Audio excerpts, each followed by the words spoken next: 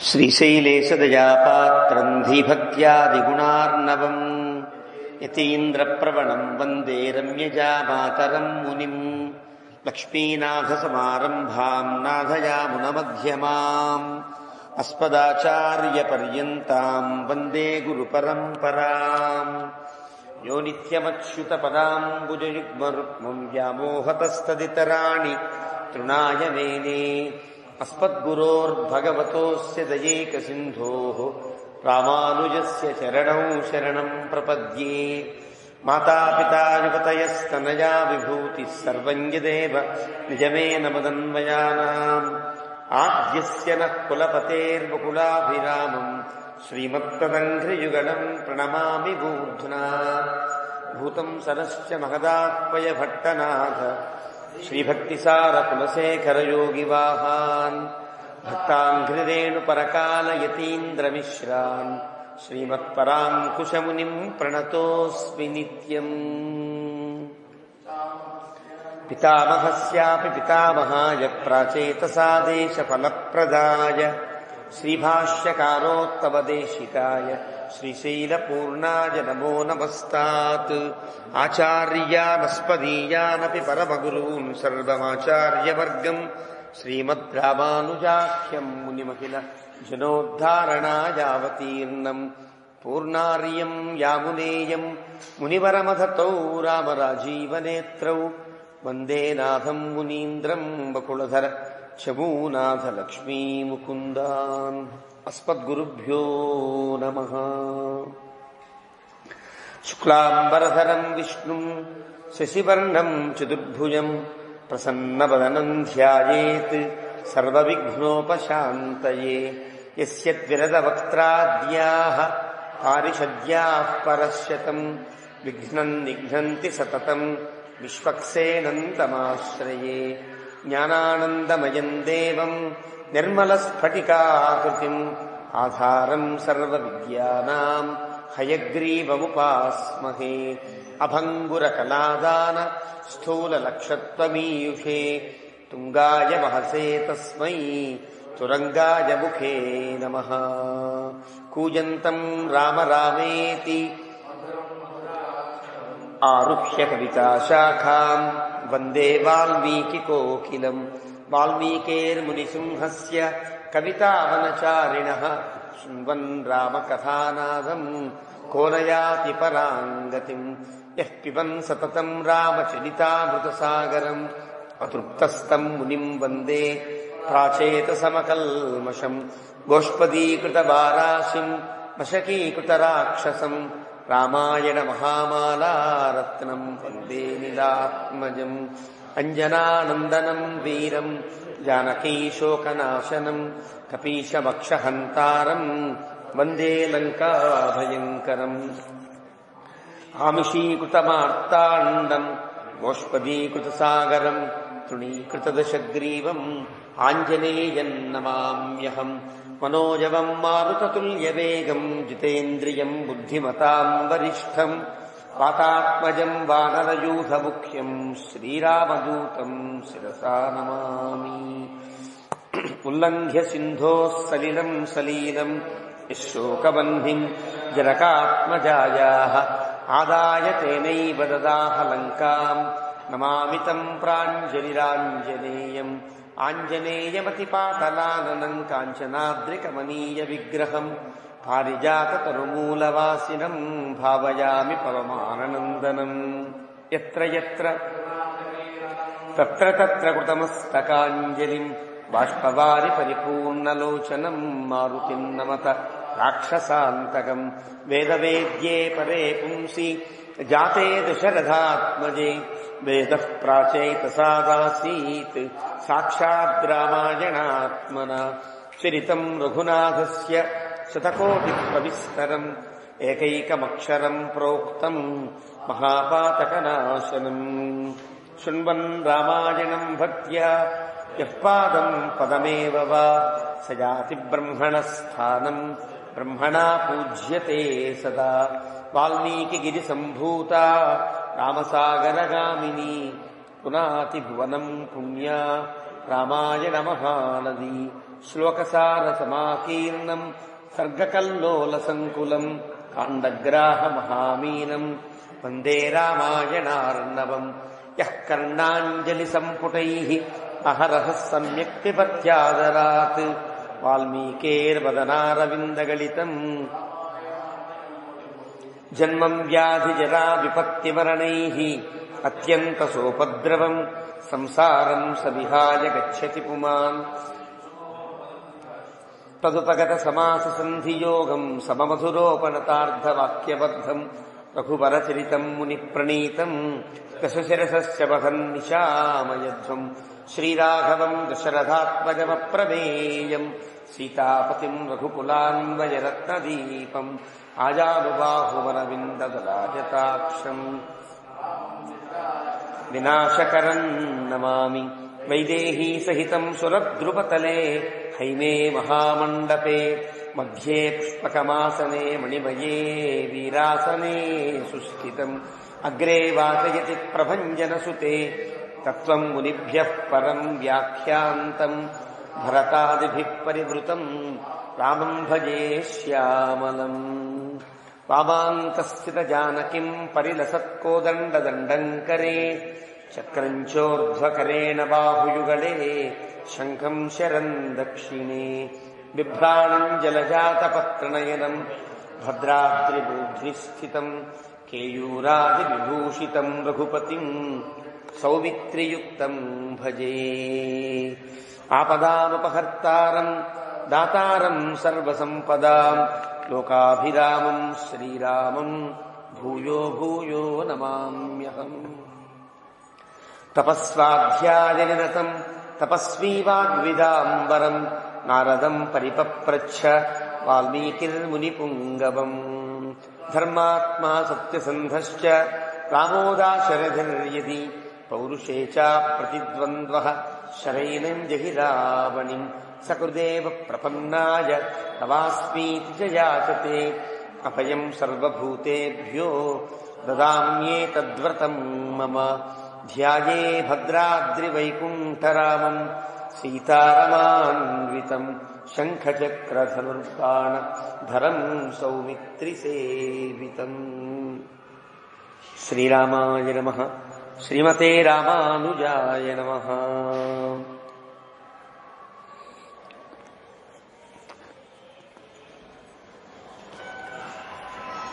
శ్రీరామచంద్ర మహాప్రభువు అవతరించిన సంవత్సరంగా విళంబినామ సంవత్సరాన్ని అవతారవత్సరము అని పెద్దలు జ్యోతిశాస్త్ర విధులు రామాయణ అభిజ్ఞులైన పెద్దలంతా చెప్పారు.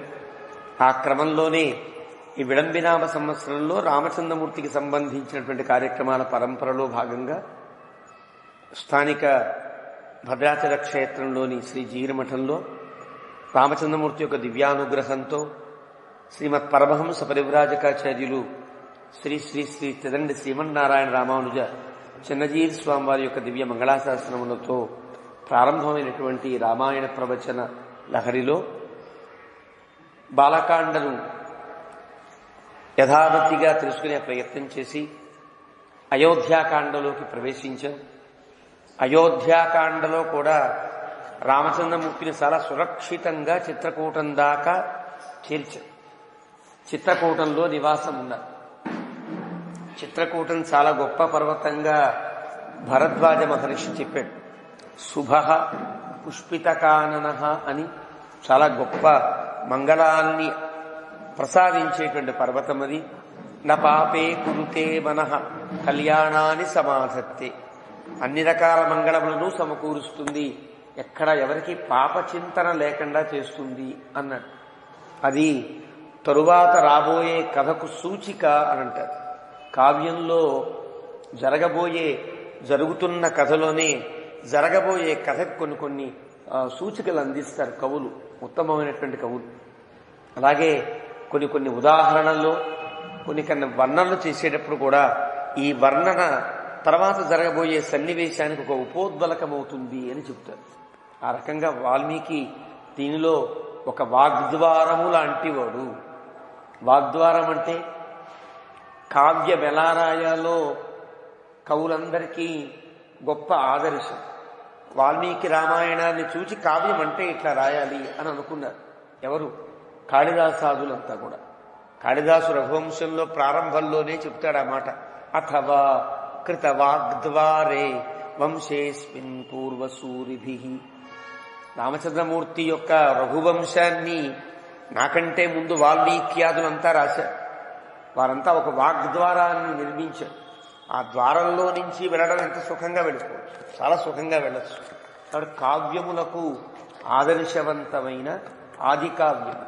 కాబట్టి ఆది కావ్యంలో ఈనాడు కావ్య లక్షణములన్నీ తెలిసినవాడు జాగ్రత్తగా కావ్యం రాస్తే అది ఎంత పరిపుష్టంగా ఉంటుందో అంత పరిపుష్టంగా రామాయణం.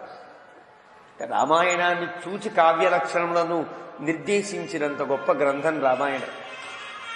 కాబట్టే రామాయణంలో ఉండే సంధులు కూడా చాలా అద్భుతంగా ఉంటాయి. తదుపగత సమాస సంధియోగం అని అంటారు వాళ్ళు. ఎక్కడెక్కడ కథను ఆపాలి, ఆపిన తరువాత వేరే కథను అందుకునేటప్పుడు ఎట్లా దానికి ఒక లింక్ చేయాలి, ఒక సంధిని సమకూర్చాలో ఈ కావ్యం చూస్తే మనం చూస్తాం. ఈ కావ్యంలో ఉండే సొబగులన్నీ కూడా కాళిదాసాది మహాకవులందరికీ ఆదర్శవంతమయ్యాయి. అంటే ఇది ఉత్తమమైన కావ్యము, దేవకావ్యము అని పరిగణిస్తారు. మరి అలాంటి కావ్యములలో రాజైనది కాబట్టి ఇది రాజకావ్యము, రాజైన రాముని కావ్యము, కావ్యములలో రాజైన కావ్యము. కాబట్టి రాజకావ్యము, కావ్యరాజము అని పేరు. అలాంటి ఆ రామాయణంలో చిత్రకూటానికి రామచంద్రమూర్తిని చేర్చిన తరువాత చిత్రకూటంలో సుఖంగా ఉన్నారు కాబట్టి సుఖంగా ఉండే కథను వాల్మీకి చెప్పక్కర్లా. రామచంద్రమూర్తి సుఖంగా పొద్దున లేచారు, సంధ్యావందనం తెచ్చుకున్నారు, ఏదో తిన్నారు, మళ్ళీ పడుకున్నారు, మళ్ళీ కబుర్లు చెప్పుకున్నారు. ఈ కథ వల్ల ప్రయోజనమే. ఈ రామాయణ ప్రధానమైన కథకు ఉపోద్బలకంగా ఉండే ఉపకథలను కూడా జాగ్రత్తగా పోదిపుచ్చుకుంటూ ఇక్కడ చిత్రకూటంలో రాముడు ఇలా చేరిన తర్వాత అక్కడ సుమంతుడు ఏమయ్యాడో చెప్పాలి. లేకపోతే చిత్రకూటానికి బయలుదేరిన రామచంద్రమూర్తి గంగానదిని దాటి 4 రాత్రులు గడిచే. మరి 4 రాత్రులు సుమంతుడు అయోధ్యకి వెళ్ళిపోయాడు అనుకోండి. అక్కడ ఎన్నెన్ని ఘట్టాలు జరిగి ఉంటాయో కదా అని వాల్మీకి వెనక్కి తిరిగి సుమంతుడి కథ చెప్పడం ప్రారంభించాడు. ఈ సర్గలో 57 సర్గ, 57వ సర్గ ప్రారంభించాడు. కథయిత్వా సుదుఃఖార్తః సుమంత్రేణ చిరం సహ రామే దక్షిణకూటకూలస్థే జగామస్వగృహం గుహః. రామచంద్రమూర్తి గంగానదిని దాటుతూ ఉంటే గంగానదిని దాటి కనుచూపు మేరలో రాముడు కనిపించనంత వరకు అక్కడే నుంచుని సుమంతుడు గుహుడు కబుర్లు చెప్పుకుంటారు, మాట్లాడుకుంటున్నారు. అలా వెళ్ళిపోతున్నారు. రామచంద్రమూర్తికి ఎంత కష్టం వచ్చింది, ఈ కథలన్నీ చెప్పుకుంటున్నారు. రాముడు వెళ్ళిపోయాడు. ఇంకా వెళ్ళిన రాముడు తిరిగి రాడని గుర్తించిన గుహుడు ఆ ప్రాంతపు రాజు కదా, నాకు సెలవిస్తే నేను కూడా ఇంటికి వెళతాను అన్నాడు. గుహుడు వెళ్ళిపోయాడు. ఇంకా సుమంతుడు ఒక్కడు మిగిలాడు. ఆ సుమంతుడు భరద్వాజాభిగమనం ప్రయాగేచ సహాసనం ఆగిరేర్గమనం తేషాం తత్రస్థై ఉపలక్షిత. గుహుడు ఊరుకోలా. రామచంద్రమూర్తి వెనకాలే తన అనుచరులు పంపించాడు, గూఢచరుడు. వాళ్ళు ఎలా వెళ్లారో రాముడికి తెలియదు, ఎలా వచ్చారో వాళ్ళకే తెలుసు. రాముడు భరద్వాజ మహర్షిని కలవడం, ప్రయాగను సేవించడం, అక్కడ నుండి చిత్రకూట పర్వతానికి వెళ్లేంత వరకు వీడు వెంబడించారు. అమ్మయ్య రాముడు సుఖంగా చేరుకున్నాడు అన్న తర్వాత ఈ గుహని యొక్క అనుచరులు వెనక్కి తిరిగి వచ్చారు. అది రాజు యొక్క ధర్మం. ఒక రాజ్యంలోకి మహారాజు ప్రవేశించినప్పుడు అక్కడ ఉండే సామంత రాజు ఆ రాజు వెళ్లదలుచుకున్న గమ్యం దాకా తాను ఒక ప్రోటోకాల్ ఇవ్వాలి, కొంత బందోబస్తు పంపించాలి. రాముడు అంగీకరించడు బందోబస్తును కదా, కాబట్టి వెనుక తెలియకుండా పంపించడు సాయుధులైనటువంటి వ్యక్తులని. అది వాల్మీకి చెప్పల, ఇక్కడ గుహుడు మాటల్లో తెలుస్తుంది. వాడు భరద్వాజ మహర్షి ఆశ్రమాన్ని దాటి చిత్రకూటానికి రాముడు చేరారు అన్న తర్వాత అమ్మయ్య అని వెనక్కి వచ్చారు. వెనక్కి వచ్చిన తర్వాత తత్రస్థై ఉపలక్షితం. ఆ గుహ అనుచరులంతా వెనక్కొచ్చి రాముడు క్షేమంగా చిత్రకూటాన్ని చేరారు అని చెప్పారు. ఆ చెప్పేంత వరకు ఇక్కడ ఉన్నారు గుహుడు సుమంత్రుడు కూడా. అది విన్న తర్వాత అనుజ్ఞాత సుమంత్రోథ యోజయిత్వా హయోత్తమాన్ అయోధ్యామేవ నగరీం ప్రయజౌ గాఢ దుర్మన. ఇన్ని రోజులు ఎందుకు ఉండాలి అని ప్రశ్నిస్తారు వ్యాఖ్యాతలు.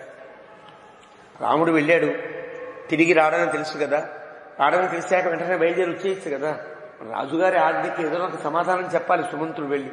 అలా ఆలస్యం చేయడానికి వీల్లేదు కదా అంటే వ్యాఖ్యాతలు చెబుతారు, కొంత దూరం వెళ్ళిన తర్వాత సీతమ్మ యొక్క బాధ చూచి సీతమ్మ కూడా అమ్మో నేను రాలేనేమో అని అనుకుని రాముని యొక్క అనుజ్ఞను వడసి మళ్ళీ వెనక్కి తిరిగి రావాలంటే సుమంత్ర అని పిలిస్తే కనుక నేను లేకపోతే ఎట్లా? ఒకవేళ సీతమ్మ వెను తిరిగిన లక్ష్మణస్వామినే రాముడు చాలా హితబోధన చేసి వెనక్కి పంపించిన వారిని మళ్ళీ అయోధ్యకి చేర్చవలసిన బాధ్యత నాది కాబట్టి 3 రాత్రులు పూర్తిగా అక్కడ ఉండి వారి యొక్క మళ్ళీ ప్రత్యాగమనాన్ని చూద్దామని అక్కడ ఉండిపోయాడు. సుమంత్రుడికి ఉండేటువంటి సూత్రుని యొక్క లక్షణములలో గొప్ప లక్షణం అంటే అతను సారథి, ఒక కారు డ్రైవర్ ఉన్నాడు. ఏదైనా పని మీద లోపలికి వెళ్ళిన తర్వాత మళ్ళీ ఆయన పిలిచేంత వరకు అక్కడ ఉండాలి. ఇంకా వెళ్ళిన వాడు రాండి వెళ్ళిపోతే మళ్ళీ అతనికి ఏమైనా అవసరం వస్తే, కాబట్టి మళ్ళీ రాముడి పిలుపు రాదని నిర్ణయించుకున్న తర్వాత బయలుదేరాడు. ఆ బయలుదేరడం కూడా గుహానుచరులు చెప్పారు. అప్పటిదాకా ఉన్నాడే ఉండి అనుజ్ఞాత, ఆ రకంగా అనుజ్ఞ ఇవ్వబడిన వాడే సుమంత్రుడు. హయోత్తమాన్, అప్పటిదాకా గుర్రములకు చక్కటి మేత దొరికింది, దానా గుహుడు అందించాడు కాబట్టి గుర్రములకు ఎలాంటి బాధ లేదు. అలాంటి హయోత్తమాన్ యోజయిత్వ, రథానికి జాగ్రత్తగా కట్టి అయోధ్యామేవ నగరీ, అయోధ్యకే బయలుదేరడానికని గాఢ దుర్మనాహ, చాలా గాఢమైనటువంటి మానసిక చింత వేదన కలిగిన వాడే వెలుతిరిగాడు. సవనాని సుగంధీని సరితశ్చ సరాంసి చ పశ్యన్నతియయౌ శీఘ్రం గ్రామాణి నగరాణి చ. రాముడు వెళుతున్నప్పుడు గ్రామాలు నగరాలు చెప్పడు. అంటే అర్థం రాముడు గ్రామాల్లోంచి నగరాల్లోంచి కాకుండా వేరే అడవి దారి గుండా వెళ్ళాడు. కానీ ఇక్కడ సుమంత్రుడికి ఆ ఇబ్బంది లేదు. హాయిగా నగరాల్లోంచి గ్రామాల్లోంచి వెనుతిరిగి వస్తున్నాడు. చాలా అందమైనటువంటి వనములు, సుగంధభరితములైనటువంటి వనములు, అలాగే సరిత్తులు, నదులు, సరస్సులు ఇవన్నీ చూసుకుంటూ వస్తున్నాడు. తతః సాయాహ్న సమయే తృతీయే హని సారథి. అక్కడ నుండి దాదాపుగా 3 రోజుల ప్రయాణం తరువాత సుమంత్రుడు అయోధ్యకి చేరాడు. అంటే 3వ పగటి నాడు చేరాడు. అంటే ఎంత రాముడు బయలుదేరి సరిగ్గా వారం కావస్తుంది. అంటే వారం రోజులలో మళ్ళీ వెనక్కి తిరిగి వచ్చాడు సుమంత్రుడు. అయోధ్యాం సమనుప్రాప్య, అయోధ్యను చేరుకున్నారు. నిరానందాందదర్శ, ఏమాత్రం ఆనందం లేకుండా బాధతోనే ఉండే అయోధ్యను చూచాడు. అంటే అర్థం 7 రోజులుగా అయోధ్య శోకం సముద్రంలో ఉనిగే ఉంది. ఈనాడు ఏదైనా ఒక పెద్ద మహానాయకుడు ఎవరన్నా పోతే సంతాప దినాలు 7 రోజులు అంటారు. 7 రోజులు సంతాప దినాలు దేనికి? 7 రోజులు ఏడుస్తూ కూర్చుంటారా? ఒకరోజు బాధపడతారు, మన్నాడు ఏదో చెప్పుకుంటారు, తర్వాత ఎవరి పనులు వాళ్ళు, ఎవరి ప్రయాణాలు వాళ్ళు, ఎవరి విహారాలు వాళ్ళు. అలా లేదు అయోధ్య. కారణం ఉత్తమమైన నాయకుడు, ప్రియమైన నాయకుడు, మనోజ్ఞుడైనటువంటి వ్యక్తి, మానవతామూర్తి. ఆయన దూరమైతే 7 రోజులు కూడా నిరానందాద్ బభూవ. సుమంత్రుడు ఆశ్చర్యపోయాడు. 7 రోజుల పాటు అయోధ్యలో దీపాలు వెలక్కుండా ఎవరూ కూడా ఆనందంగా లేకుండా ఉన్నారంటే ఎంత ఆశ్చర్యం అంటూ వాల్మీకి ఆశ్చర్యపోయాడు. సుమంత్రుడు ఆశ్చర్యపోవడం కాదు, వాల్మీకి ఆశ్చర్యం. ఇంత ప్రజలు ఇంత ప్రేమిస్తారా నాయకుడిని అన్నట్టుగా ఆశ్చర్యపోయాడు. సశూన్యామివ నిశ్శబ్దాం, శూన్యమైనటువంటి నగరం, నిశ్శబ్దాం, శబ్దములు కూడా ఏం లేవు. ఏదో ఒక మాటలో ఏడుపులో ఏవో ఉండాలి. గాఢంగా నిశ్శబ్దంగా ఉంది. దృష్ట్వా పరమ దుర్మనాహ, ఇంకా కష్టం కలిగి సుమంతుడు. ఏమైందో తెలియదు. వారం రోజులుగా రాముడు దూరం అయ్యాడు కాబట్టి బాధపడుతున్నారు. ఈ వారం రోజులు ఇంకోటి ఏదన్నా జరిగితే ఇంకా బాధ కదా. పరమ దుర్మనాహ సుమంత్రశ్చింతయామాస, ఆలోచించాడేవో, కీడు శంకించాడు. రాజుగారికి ఏమైంది? కౌశల్యకేమైనా అయిందా? ఇంకెవరికైనా ఏదైనా అయిందా? లేదా ప్రజలు తిరుగుబాటు చేసి కైకేయిని ఏదైనా చేశారా? అవన్నీ చెప్పలేం కదా. ప్రజల యొక్క ఉపప్లవాన్ని ఉద్యమాన్ని ఎవరాపగలుగుతారు? అక్కడ ఏదో జరిగి ఉంటుందని శోక వేగ సమాహత, శోకము వేగంగా వచ్చింది, తన వేగము పెంచాడు. గబగబా కచ్చిన్న సగజ సాశ్వ సజనాధిప రామ సంతాప దుఃఖేన దగ్ధ శోకాగ్నినాపురి. గుర్రం ఎక్కి తిరిగేవాడు కనిపించడా, ఏనుగులెక్కి తిరిగేవాళ్ళు కనిపించడా, జనం అక్కడ ఉండేటువంటి ఆ పక్క ఈ పక్క తిరిగేటువంటి వీధుల్లో తిరిగేవారు లేరు. జనాధిప, ఆ గ్రామాలని ఆ రోడ్ల మీద ఆ మార్గాలని కాపలా కాసేవాళ్ళు ఉంటారు, జనాలకి అధిపతులు అంటారు, ట్రాఫిక్ పోలీసులు అంటారు, వాళ్ళు ఎవరు కనిపించరు. అంత నిశ్శబ్దంగా నిర్జనంగా ఉన్నది. అలాంటి రామసంతాప దుఃఖేన, రాముని యొక్క సంతాపం అనే దుఃఖము అనేటువంటి అగ్ని చేత కాల్చబడినట్లుగా ఉంది అయోధ్యంతా. అయోధ్యంతా కాలిపోయినట్లుగా అలాంటి చూచాడు. ఇది చింతాపరస్సూత వాజిభి శీఘ్రపాతిభి నగరద్వార వాసాద్య త్వరిత ప్రవివేశ. హ అంటే బాధ, ఆశ్చర్యంలోనూ బాధలో కూడా హకారాన్ని వాడతారు. కవి యొక్క సమయం. ఆ రకంగా చింతాపరుడై గబగబా గబగబా తనకంటే వేగంగా పరిగెడుతున్నాయి గుర్రాలు. ఆ పరిగెట్టే గుర్రాలతో గబగబా గుర్రం దిగి ఆ నగరద్వారాన్ని చేరుకుని త్వరిత ప్రవివేశ, నగరద్వారాన్ని దాటి, అంటే కోట ద్వారం వేరుంటుంది, ఆ దేశం సరిహద్దులు వేరు, అక్కడ వప్రప్రాకారమని ఆ ప్రాకారాలు దాడతారు, నగరంలోకి ప్రవేశించేశాడు. సుమంత్రమభియాంతం శతశోధ సహస్రశ. గుర్రపు డెక్కల చప్పుడు విన్నారు. గుర్రం వస్తోంది, అంటే రథం వస్తోంది. ప్రజలంతా ఒక్కసారిగా ఆ ఇళ్లలో నుంచి పరిగెత్తుకుంటూ బయటకు వచ్చేసారు. శతశోధ సహస్రశ, 100,000 మంది వచ్చారు. అంటే మళ్ళీ రథం వస్తే వాళ్ళు విన్నది వెళ్ళేప్పుడు రథం చప్పుడే విన్నారంతే. రథం చప్పుడు విన్నాక ఇంకా ఏ చప్పుడు లేదు, మళ్ళీ రథం చప్పుడు వచ్చింది. అంటే రాముడు వెళ్ళాడు, మళ్ళీ రాముడు వచ్చి ఉండాలి అనే అభిప్రాయంలో వాళ్ళంతా ఉన్నారు. క్వ రామ, రాముడేడి ఇది పృచ్ఛంత అని అడుగుతూ ఒకళ్ళనొకళ్ళు సూతమభ్యద్రవన్నరాహ, సూతుని వెంట పరిగెత్తారు. అంటే రథం వెంట పరిగెడతాడు. రాముడు ఉన్నాడా, రథంలో ఉన్నాడా, కిందున్నాడా, తెరల వేసున్నాయా ఎవడో తెలియదు కదా. ఆ రథం వెంట పరిగెట్టారు. తేషాం శశంస గంగాయాం అహమాపృచ్ఛ్య రాఘవం అనుజ్ఞాతో నివృత్తోస్మి ధార్మికేన మహాత్మనా. సుమంత్రుడు చెప్పాడు, రథాన్ని ఆపి అందరికీ నమస్కారం చేస్తూ, తేషాం శశంస, గంగ దగ్గర దాకా వెళ్ళాను నేను, గంగ దగ్గర రాముణ్ణి దింపాను, రాముని యొక్క అనుజ్ఞ బడసి నేను ఒక్కడే తిరిగి వచ్చాను, రాముడు నన్నొక్కడే పంపించేశాడు వెనక్కి. ధార్మికేణ మహాత్మన, ధర్మం తప్పని రాముడు మళ్లీ తిరిగి వస్తాడన్న మాటే ఉండదు కదా, అలాగే తాను రాలేదు, నన్ను వెనక్కి పంపించాడు. అంటే తీర్ణా ఇది విజ్ఞాయ బాష్పూర్ణ ముఖాజనా అహో ధిక్ ఇది నిష్పస్య హారామా ఇది చుక్రుషు. ఒక్కసారి గంగా నదిని దాటారంటే చాలా కష్టం, మళ్లీ దాటి మళ్ళీ వెనక్కి రావాలంటే ఇప్పట్లో రారు. రాముడు దృఢ నిశ్చయంతో ఉన్నాడు. రాముడు ఇంకా తిరిగి రాడని మళ్ళీ నిర్ణయించుకుని బాష్పూర్ణ ముఖులై, అంటే బాగా కళ్ళ నిండా నీళ్లు కమ్మేస్తే ఏడుస్తూ, హయో ధిక్, మా బతుకులు దేనికి, మా జీవితాలు దేనికి, మాకి ఐశ్వర్యాలు దేనికని బాధపడుతూ హారామా రామా అంటూ చుక్రుసు చాలా విలపించారు. శుశ్రావచ వచస్తేషాం బృందం బృందంచ తిష్టతాం హతాస్వ ఖలు ఏనేహ పశ్యామ ఇతి రాఘవం. శుశ్రావచ వచస్తేషాం, అలా ఎవరికి వాడు బృందాలుగా అయిపోయి రాముడు వస్తాడనుకున్నాం రాలేదు అని బాధపడుతుంటే, ఈ యొక్క హతాస్మ, ఇంకా చచ్చిపోవడమే తరువాయి కదా, సరిపోయినా బాగుండేది కదా అంటూ ఎవరికి వాడు మాట్లాడుకుంటుంటే ఆ ఘోష వ్యాపిస్తోంది పూర్తిగా. దానయజ్ఞ వివాహేషు సమాజేషు మహత్సు చ నద్రక్ష్యామ పునర్జాతు ధార్మికం రామమంతరా. రాముడిని ఎప్పుడు చూసేవాడు, నిజానికి రాజకుమారుణ్ణి చూడాలి అంటే మాటలు కాదు, ఒక పట్టాను బయటికి రాలవాడు. ఈనాడు ఓ జమీందారు పిల్లలే మనకి ఓ పట్టాను కనిపించారు కదా. రామచంద్రమూర్తి చక్రవర్తి కుమారుడై ఉండి ఎలా కనిపిస్తాడంటే కనిపించే సందర్భాలు ఉన్నాయి. ప్రజలందరితో మమేకమయ్యేవాడు రాముడు కాబట్టి దాన యజ్ఞ వివాహేషు ఎప్పుడు దానాలు చేస్తూ ఉంటాడు.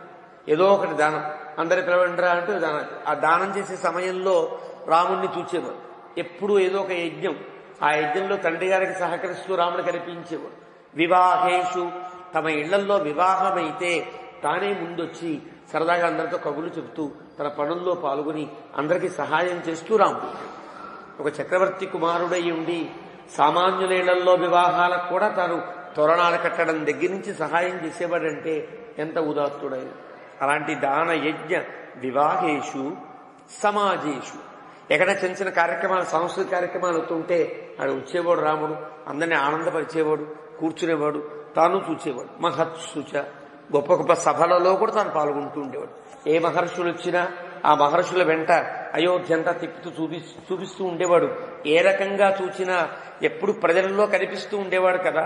అలాంటి రాముణ్ణి నద్రక్ష్యామః, ఇంకంటే చూడలేం కదా అని ధార్మికం రామమంతరా పునర్జాతు, రాముడు లేని అయోధ్యని ఇంకా చూడబోతామా అని బాధపడి కిం సమర్థం జనస్యాస్య కిం ప్రియం కిం సుఖావహం ఇది రామేణ నగరం పితృవత్ పరిపాలితం.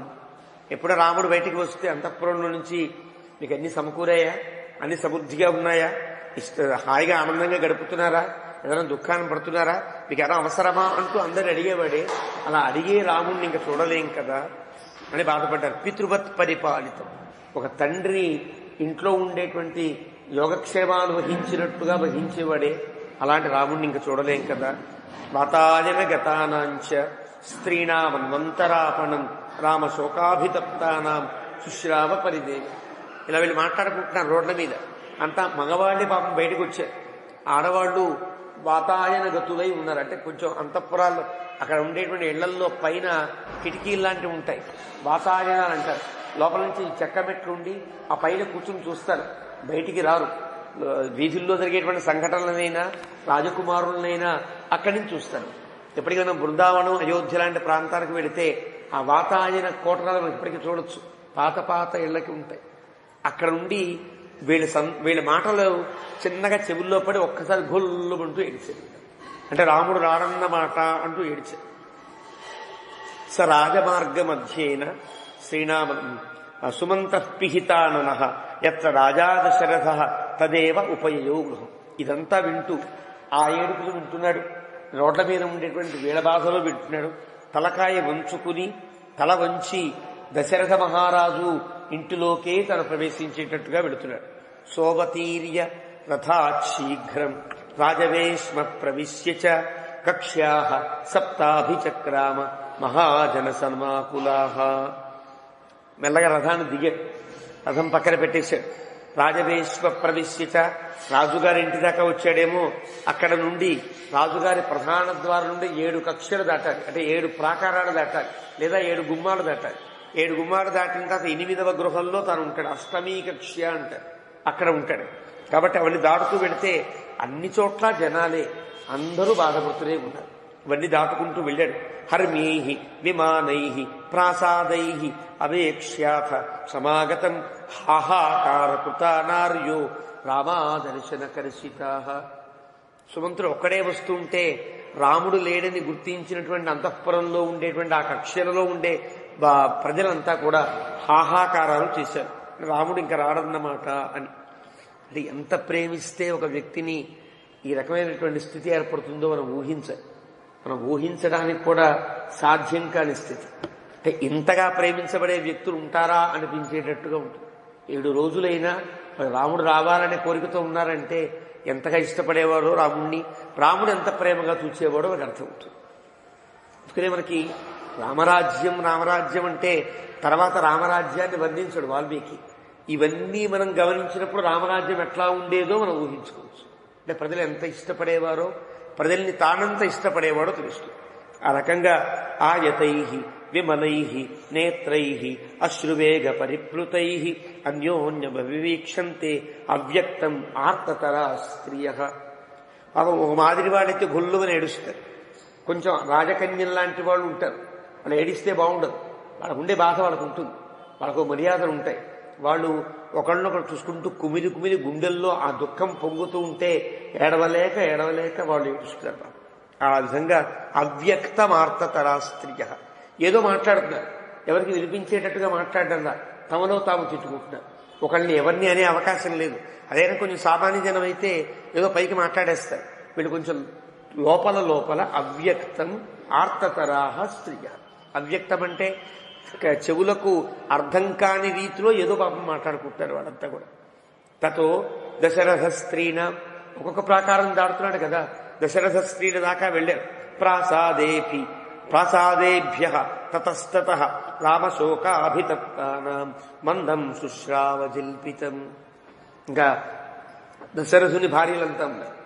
360 మందిగా ఉండేటువంటి ఆ రాజమహర్షులందరూ కూడా కూర్చుని పాపం చిన్నగా మాట్లాడుకుంటూ అయ్యో ఎంత కష్టం వచ్చిందని వాడు మాట్లాడుకుంటాడు. ఇవన్నీ విన్నాడు. సహ రామేణ నిర్యాత, అలా అనే మాటలు విన్నాడు. రాముడితో వెళ్ళాడు, రాముడు లేకుండా వచ్చాడు.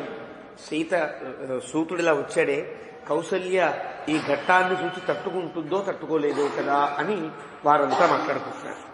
యథాచ మన్యే దుర్జీవం ఏవం నసుకరం ధ్రువం ఆచ్ఛిద్య పుత్రే నిర్యాతే కౌసల్యా యత్ర జీవతి. ఎంతో ప్రయత్నం చేసింది రాముణ్ణి ఆపడానికి, ఎంతో ప్రయత్నం చేసినా రాముడు ఆగలేదే.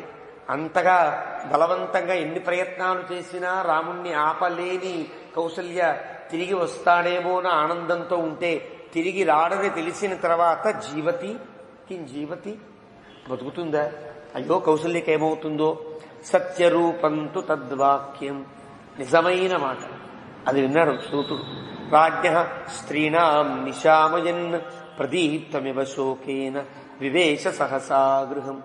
నిజం కదా అనిపించి, అంటే తన మనస్సులో కూడా కౌసల్యకేమైందో అనే బాధే ఉందన్నమాట.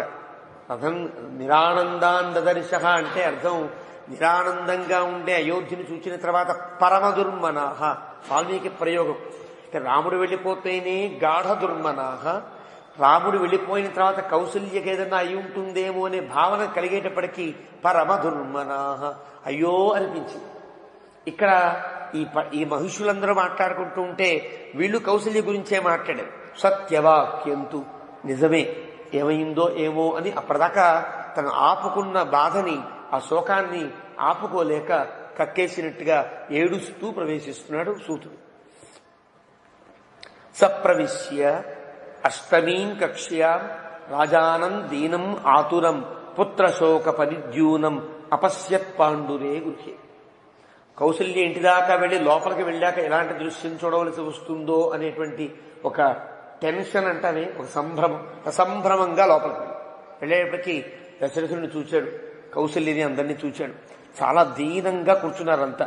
అభిగమ్య తమాసీనం, ఇలా కూర్చున్నాడు, నెత్తిమీ చేయి వేసుకుని.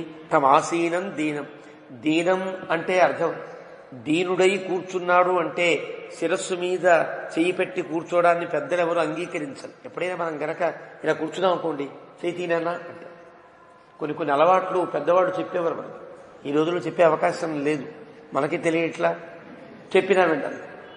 దీనం అంటే పాపం తల మీద చేతులు వేసుకుని పాపం బాధపడుతూ కూర్చున్నాడు. ఆ దృశ్యాన్ని చూసి బాధ కలిగింది. అభిగమ్య తమాసీనం, అతనికి ఎదురుకుండా వెళ్ళాడు. అంటే అతను ఎవరిని చూడడంలా, చూచే అవకాశం కూడా లేదనుకున్నాం కదా. ఒక్కొక్కసారి అత్యంత దుఃఖం కలిగితే, గుండెల్లో బాధ కలిగితే తెలియకుండా రక్త ప్రసారంలో ఉండే తేడాల వల్ల కళ్ళు కనిపించడం మానేస్తాయి. మళ్ళీ ఎప్పటికో తేరుకుంటే కళ్ళు కనిపిస్తే కనిపించవచ్చు, కనిపించకపోతే కనిపించదు. కానీ అక్కడి నుంచి ఇప్పటిదాకా దశరథుడు చూచినట్టు కానీ, దశరథుడు ఎవరినో గుర్తించినట్టు కానీ మనకి వాల్మీకి ఏం చెప్పాడు అంటే, దశరథుడు దాదాపుగా అతను అంధత్వాన్ని పొంది ఉన్నాడు. ఇక్కడ కళ్ళు కనిపించట్లా, అటువంటి స్థితిలో ఉన్నాడు ఆయన. అలాంటి వాడు మరి సూతుడు రాగానే చూడాలి కదా. సూతుడు చూడకపోతే తానే దశరథుడు ఏ వైపు తిరిగి ఉన్నాడో ఆ వైపుకు వెళ్ళాడు. అది అభిగమ్య అంటే అర్థం. అంటే ఎటో కూర్చున్నాడు, ఎటో వెనక నుంచి పిలవకూడదు కదా. మళ్ళీ అలా తిరిగి ముందుకు వెళ్లి అభిగమ్య మహాత్మానం తమాసీనం నరేంద్రం అభివాద్యచ. అభివాద్య అంటే నమస్కారం చేస్తే కనిపించదు దశరథుడికి. ఏం చేయాలి చెప్పాలి, నేను సుమంతుడు వచ్చాను మీ యొక్క సూతుడని వచ్చాను అని చెప్పాడు. చెప్పితే అర్థమైంది, ఓహో సూతుడు వచ్చాడా. అభివాద్య అనే పదంకి గతంలో మనం చెప్పుకుందాం, నమస్కృత్య కాదు అభివాద్య. అంటే పేరు చెప్పి తన యొక్క లక్ష్యము చెప్పాలి, తను ఏ స్థితిలో ఉన్నాడో చెప్పాలి. అయ్యా నేను సేనాధిపతిని, మీ యొక్క ఆజ్ఞ కోసం వచ్చాను అనాలి. దాని అభివాదం అని అంటారు. రాజా పరిభాషల్లో ఉండేటువంటి అంశములు. అదే ఒక బ్రాహ్మణోత్తముడు, ఒక గురువర్యుణ్ణి గనక ఒక బటువు కనిపిస్తే తన గోత్రం చెప్పి ప్రవర చెప్పి ఈ శాఖ వాడిని, ఈ వేదం చదవలసిన వాడిని, ఈ చదువుతున్న వాడిని, ఈ సూత్రం వాడిని నమస్కారం చేయాలి. దీని అభివాదం. అభివాద్య చెప్పాడు. సూతుడు వచ్చాడని తెలిసింది. సుమంత్రో రామవచనం యథోక్తం ప్రత్యవేదయతు. రాముడు ఎలా చెప్తే యథా ఉక్తం, యథోక్తం అంటారు. అంటే యథోక్తం అనే పదమును విగ్రహవాక్యం చేసేటప్పుడు ఉక్తం అనతిక్రమ్య యథోక్తం అంటారు. యథామతి మతిం అనతిక్రమ్య యథామతి, యథాశక్తి శక్తి అనతిక్రమ్య యథాశక్తి. ఇది నియమం. అంటే యథోక్తం అంటే రాముడు ఎలా చెప్పాడో అలా చెప్తాడు. ఇంకా కొత్త మాట చెప్పడానికి వీల్లేదు, నియమం. రాముడు ఏం చెప్పాడో అక్కడ మనకు కనిపించదు. ఇక్కడ రాముడు ఎన్ని చెప్పాడో ఈ సర్గలో సుమంత్రుడు మాటల ద్వారా తెలుసుకోవచ్చు. అంటే సుమంత్రుడు కల్పించాడనుకోవడానికి వీల్లేదని చెప్తున్నా.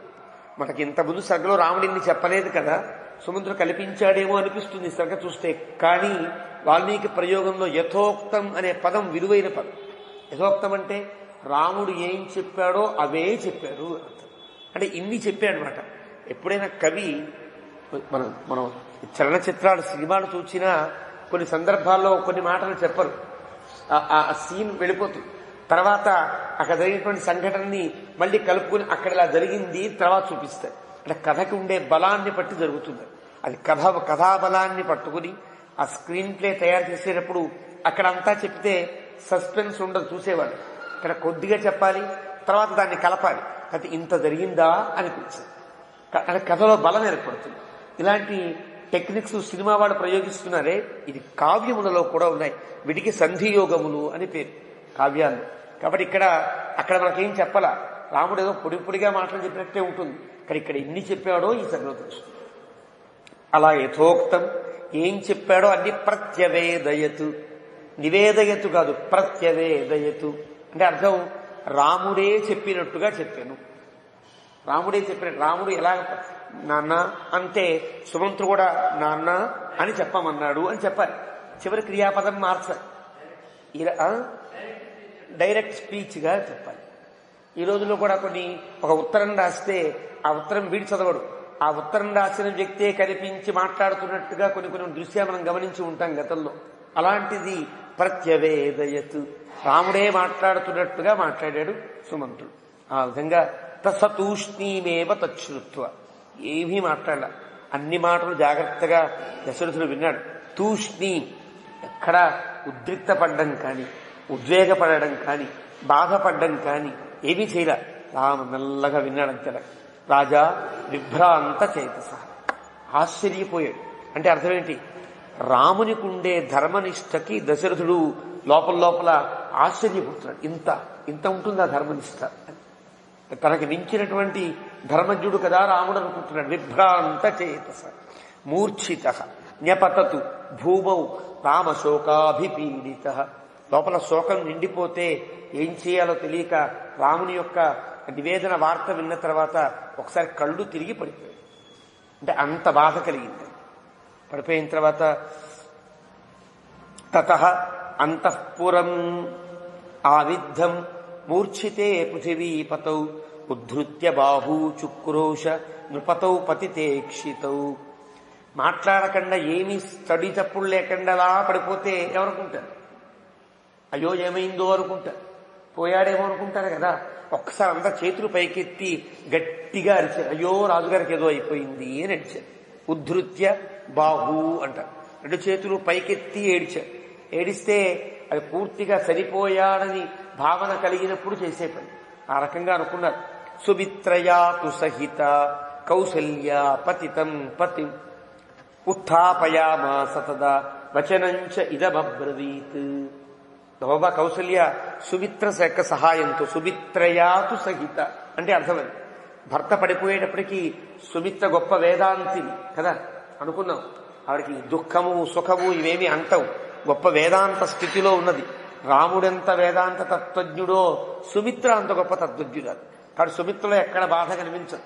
కాబట్టి కౌసల్య ఈ దృశ్యాన్ని చూసి వాలిపోతూ ఉంటే సుమిత్ర పట్టుకొచ్చి మెల్లగా తీసుకొచ్చింది దశరథుడికి. సుమిత్రయాతు సహిత అంటే అర్థం. సుమిత్రతో కూడి కౌసల్య వచ్చింది అంటే ఆవిడ చేతి పట్టుకుని ఆవిడ పట్టుకు తీసుకొచ్చింది. పతితం పతి కింద పడిపోయాడు దశరథ మహారాజు.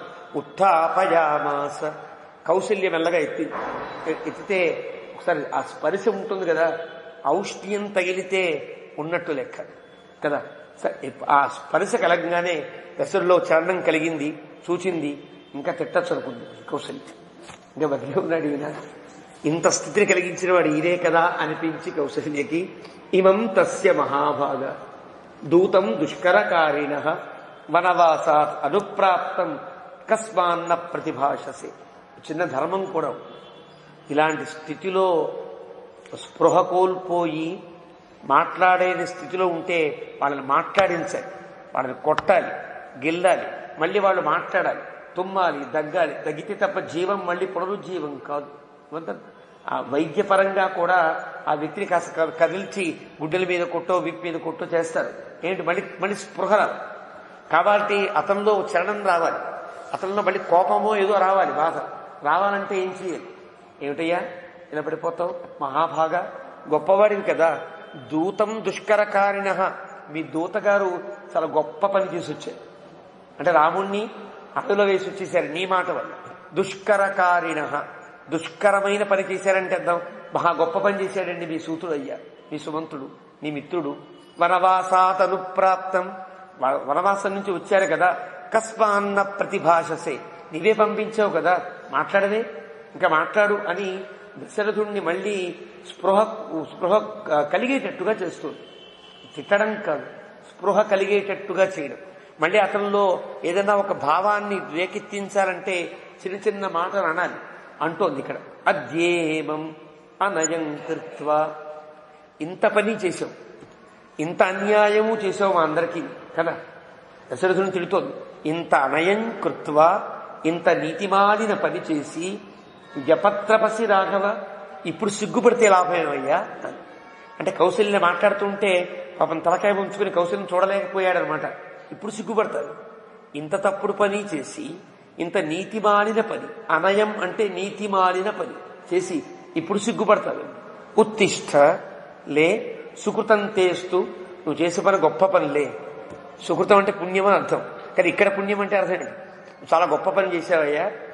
శోకే నస్యాత్ సహాయత, గుర్తుంచుకో, ఆనందంలో సహాయం కలుగుతుందేమో తప్ప శోకంలో సహాయం కలగదు. నువ్వేడుస్తుంటే నువ్వే ఏడవాలి అంతే. ఎవరి ఏడుపు వాళ్ళదే కదా, ఎవరి గోళ వారిదే, ఎవరి ఏడుపు వారిదే, ఎవరి బాధ వారిదే కదా. కాబట్టి ఈ బాధ నీవే అనుభవించాలి. కాబట్టి శోకే నస్యాత్ సహాయత, ఎవడి శోకంలోకి ఎవడు సహాయం చేయడు, ఎవడి శోకం వాడే పడాలి. దేవా, మహారాజువి నీవు, యస్యా భయాద్రామం నాను పృచ్ఛసి సారథిం. ఇంకా కోపం, ఇంకా దశరథుల్లో ఇంకా స్పృహను కల్పించడం కోసం, దశరథులో కోపం రావడం కోసం ఇంకో మాట మాట్లాడుతూ, ఎవరికి భయపడి నువ్వు మాట్లాడలేదు నాకు తెలీదా? కైకేయికి భయపడి కదా నువ్వు మాట్లాడాలి. సారథి వస్తే కూడా మాట్లాడద్దాను, సారథి వచ్చినా నువ్వు మాట్లాడడం లేదంటే కైకేయి ఉందేమో అని భయపడుతున్నావా? నేహ తిష్టతి కైకేయి, ఇక్కడ కైకేయి ఏం లేదయ్యా, హాయిగా మాట్లాడచ్చయ్యా, ఇక్కడ కైకేయి ఏం లేదు అని గట్టిగా మాట్లాడి, రెండు కైకేయి ఉందేమో అని భయం ఉండొచ్చు మనస్సులో, లేదా సిగ్గుపడుతూ ఏం చెప్పాలో తెలియని స్థితిలో ఏమడగాలి? రాముని పంపించావా లేదా అని అడగాలి. పంపించావా లేదా అని అడగడానికి పంపించాలనే అభిప్రాయం కలిగిన వాడు కాడు కదా. ఏం మాట్లాడాలో తెలియనటువంటి స్థితి. కాబట్టి దేవా నేహ తిష్టతి కైకేయి, ఇక్కడ కైకేయి లేదయ్యా. విశ్రబ్ధం ప్రతిభాష్యత, నువ్వు హాయిగా నీ మనసులో ఏదుందో అది మాట్లాడవచ్చును అని చెప్పి ఒకసారి దశరథుడికి ధైర్యం కలిగింది, పూర్తిగా స్పృహ కూడా ఏర్పడిన తర్వాత సా తథోక్త్వా, అలా అని మహారాజం కౌసల్య శోకలాలస ధరణ్యా నిపపాత ఆశు బాష్ప విప్లుత భాషిని. ఎప్పుడైతే ఈయనకి స్పృహ వచ్చిందో చూసి ఆవిడ ఇలా బాధపడి మాట్లాడి ఆవిడ నేల మీద పడిపోయింది.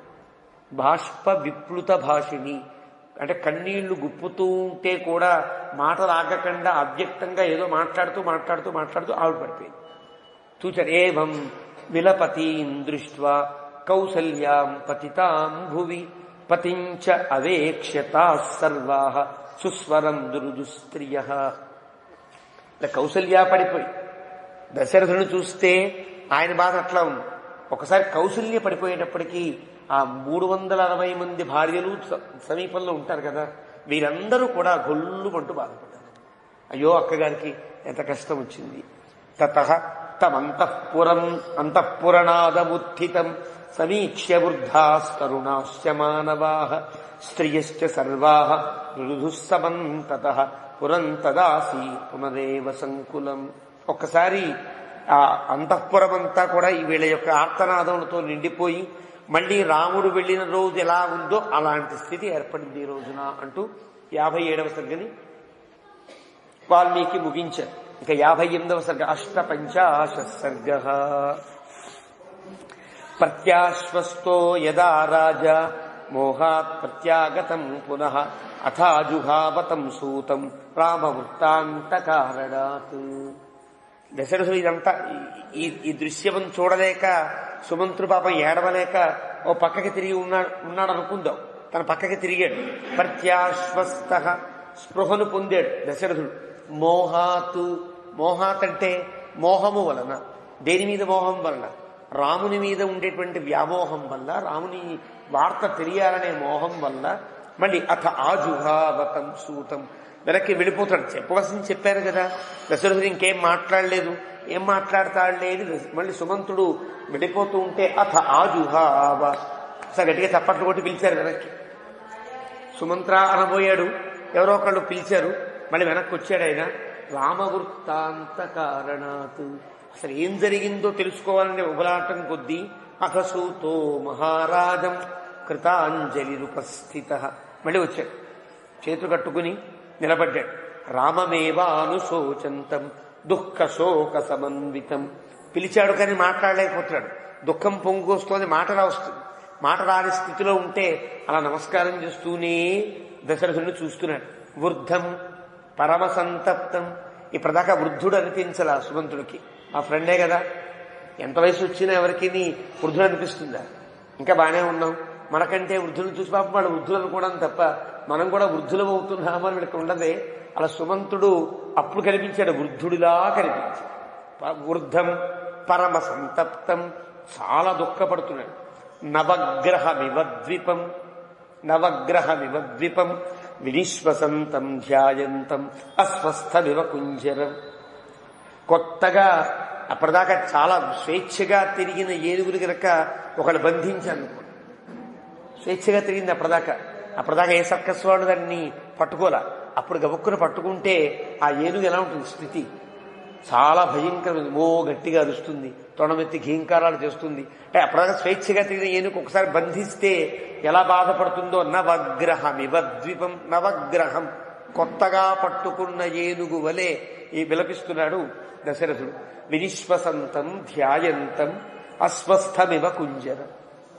ఏదో నిట్టూర్పులు విడుస్తున్నాడు, దేన్నో ఆలోచిస్తున్నాడు, మాట్లాడలేనటువంటి అస్వస్థతగా ఉన్నాడు. మాట పైకి రావట్లా. రాజాతు రజసా సూతం ధ్వస్తాంగం సముపస్థితం అశ్రుపూర్ణ ముఖం దీనం ఉవాచ పరమార్థవతు. దుమ్ము కొట్టుకుపోయి ఉంది శరీరం అంతా కూడా. సూతుడికి, దశరథునికి కూడా, సుమంతునికి కూడా.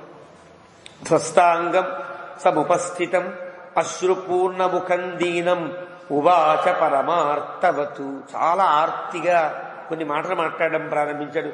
క్వను వత్స్యతి ధర్మాత్మ వృక్షమూలముపాశ్రిత సోత్యంత సుఖిత సూత కివశిష్యతి రాఘవ. ఎక్కడ ఉన్నాడు రాముడు? వృక్షమూలం ఉపాశ్రిత, చెట్లు కిందనే కదా ఉండాలి. సోత్యంత సుఖిత, అయ్యో ఎంత సుఖంగా ఉండేవాడు నా రాముడు. కిమశిష్యతి రాఘవ, పాప ఏం తింటున్నాడు? ఈ 4 మాటలు మాట్లాడు. ఎక్కడున్నాడు? చెట్టు కిందేనా? ఎంత సుఖంగా ఉండేవాడు? పాప ఏం తింటున్నాడు? దుఃఖస్య అనుచితో దుఃఖం. ఎప్పుడు దుఃఖానికి లోబడి ఉండవలసిన వాడు కాడు, ఎప్పుడు దుఃఖమే లేనివాడు కదా. సుమంత్ర శయనోచిత భూమిపాలాత్మజో భూమౌ సేతే కథమనాథవతు.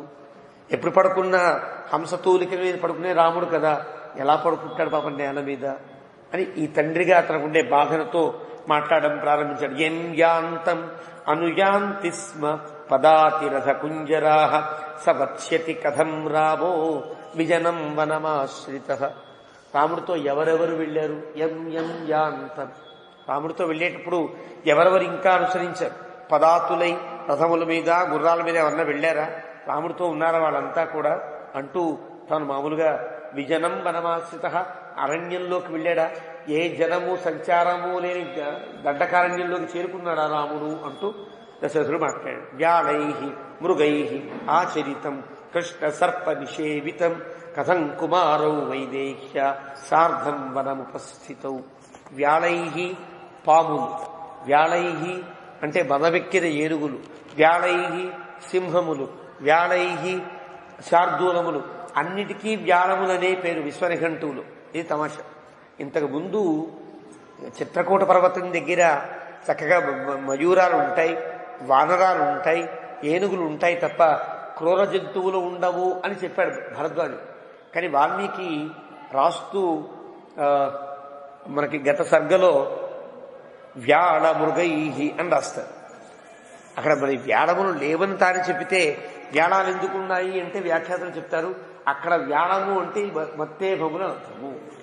వ్యాళం అనే పదములకు ఇన్ని అర్థం ఉంది. కానీ ఇక్కడ దశరథుని యొక్క ఉద్దేశంలో మత్తేభాలు కాదు, క్రూరములు కాదు. వ్యాళై మృగై అంటే క్రూర మృగములు చాలా ఉంటాయి కదా, అలాంటి మృగములతో కృష్ణ సర్ప నిషేవితం. ఎన్ని త్రాచుపాములు ఉంటాయి, ఎన్ని రకాల పాములు ఉంటాయి. కథం కుమారో వైదేహ్య సీతమ్మతో వీళ్ళిద్దరూ ఎలాగా సార్ధం వనముపస్థితౌ అడవిలోకి చేరుకున్నారు. సుకుమార్య తపస్విన్య. సీత గుర్తొచ్చింది, చాలా సుకుమారి, పాపం తపస్విని. ఎప్పుడు ఇది కావాలని అడిగేది కాదు, నోరెత్తి మాట్లాడదు, ఎలా చెబితే అలా వినే విధేయగా ఉండేటువంటి సీత తపస్విని. సుమంత్ర సహ సీతయ రాజపుత్రౌ కథం పాదై అవరుహ్య రథాద్గతౌ. నీ రథంలో వెళ్ళారు కదా అని ఆనందిస్తున్నా, నువ్వు రథంతో వెనక్కి వచ్చేసావు. ఇప్పుడు రథం దిగి పాదచారులై వెళ్ళాలి కదా, పాప ఎలా తిరుగుతున్నారో కదా. సిద్ధార్థ కలు సూత త్వం ఏన దృష్టో మమాత్మజం. నువ్వెంత అదృష్టవంతుడివి, నాకంటే ఇంకో 4 రోజుల పాటు ఎక్కువ రాముని చూడగలిగావు కదా, ఇక్కడ చాలా అదృష్టవంతుడివి.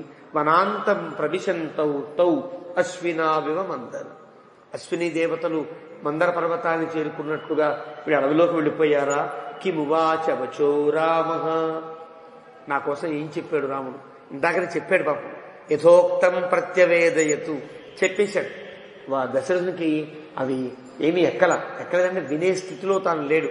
సుమంతుడు ఒక్కడే వచ్చాడనేటప్పటికే స్పృహ కోల్పోయినంత పనైందేమో, ఏం చెప్పినా వినపడని స్థితి. మళ్ళీ అడుగుతాడు కిమువాచ వచో రామ. రాముడు ఏం చెప్పాడు చెప్పవా? కిమువాచ చ లక్ష్మణ. లక్ష్మణుడు ఏం చెప్పాడు? ఒక రాముడు ఎప్పుడు బాగానే చెప్తాడు, లక్ష్మణస్వామి చాలా తిడతాడు. ఆ తిట్టు కూడా తను వినాలి, తను ఎలా తిట్టాడో తనకు తెలియాలి. అంటే ఎంత తప్పు చేశారో ఆ తిట్టిన తిట్ల వల్ల కొంతన్నా పాపం పరిహారం అవుతుందని కిమువాచ చ లక్ష్మణ. లక్ష్మణుడు ఏమన్నాడు? సుమంత్ర వనమాసాద్య కిమువాచ చ మైథిలి. సీతమ్మే ఉంది. సీతమ్మ ఇప్పటిదాకా నన్ను ఏమనలేదు, గౌరవంగా చూచింది. కానీ మా మామగారు ఎంత దుర్మార్గులండి అందా ఒక మాట. ఏమన్నా అనొచ్చు కదా, అలా అందా. సీతమ్మే ఉంది, లక్ష్మణుడే ఉన్నాడు, రాముడు ఏం మాట్లాడాడు అని అడిగా. అసితం శయితం భుక్తం. ఎక్కడ ఉన్నారు, ఎక్కడ పడుకున్నారు, ఏం తిన్నారు, రామస్య కీర్తయ. రాముడు ఏం చేశాడో అన్నీ చెప్పవా? జీవిష్యామి అహమేతేన యయాతిరివ సాధుషు. యయాతి ఏ విధంగా అయితే సాధు పుంగవులందరిలో తన జీవితాన్ని హాయిగా ఆనందంగా గడిపాడో ఆ రకంగా నువ్వు చెప్పే మాటలు విని నేను జాగ్రత్తగా బతుకుతాను, కొంతకాలం అన్నా ఉంటాను. మళ్ళీ రాముడు వచ్చేదాకా చూడాలి కదా రాముడిని. యయాతిరివ సాధుషు. యయాతి అని నహుషుని యొక్క కుమారుడు. మనకి భారతాదుల్లో వీరి కథలన్నీ వస్తాయి. నహుషుని యొక్క కుమారుడు చాలా గొప్పవాడు. గొప్ప యజ్ఞయాగాదులు చేసి దేవేంద్రుడికి సహాయభూతుడై ఒకనాడు ఇంద్ర పదవిని పొందాడు. తను కూడా ఇంద్ర పదవిని పొందాడు. ఇంద్ర పదవిని పొందిన తర్వాత ఆ సుధర్మలో ఇంద్ర పదవిని ఇచ్చేవాడు మళ్ళీ దేవేంద్రుడే. నువ్వు నాతో పాటు ఇంద్రుడు లాంటి వాడివి అని ఇస్తారు. ఇచ్చినప్పుడు నేను ఎంత గొప్ప తపస్సు చేశాను కదా, ఆ తల్లి పేరు ప్రియంవద అని అంటారు. ఆ తల్లిగారి యొక్క ప్రేరణతో తపస్సు చేయమని చెప్పింది. నువ్వు తపస్సు చేయరా, నా కుమారుడివి, నువ్వు ఇంద్రుడు కావాలి అని కోరుకుందాడు.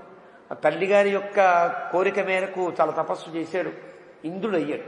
అయిన తర్వాత అక్కడ ఇంద్రుడితో అంటున్నాడు, నేను ఎంత గొప్ప తపస్సు చేశాను. భూలోకంలో ఉండే మహర్షులంతా తపస్సు చేస్తున్నారు కదా, వాళ్ళందరికీ ఇంద్ర పదవి వచ్చిందా?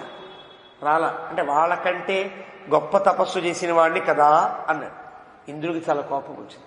ఒరే, నువ్వు ఇంద్ర పదవి కోసం తపస్సు చేసావురా, వాళ్ళంతా నిష్కాముని తపస్సును ఆచరిస్తున్నారు, నీకు గర్వం తగ్గల, ఇంద్ర పదవికి గర్వం ఉంటే పనికి రాదు, పో అని మళ్ళీ కింద పడేసి.